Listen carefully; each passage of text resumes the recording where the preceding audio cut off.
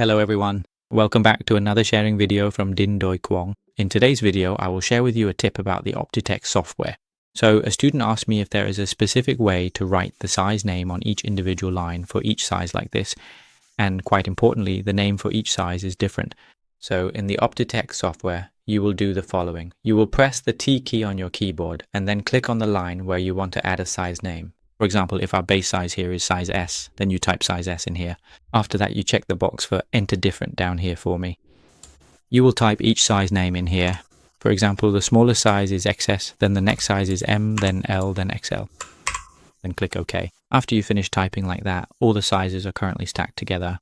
You will press Z to end this command, and then you copy the step from a point that has already had its size changed over to this text. That way you can see that each size now has its own different size name.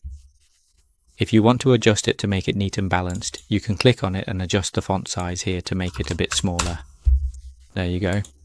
If you want to adjust the step size, you just go in here and adjust the step of the x-axis. For example, you adjust it to be a bit smaller, right?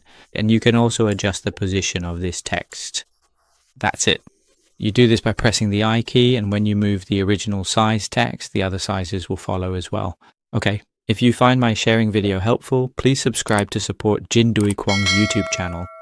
Goodbye and see you in the next sharing videos.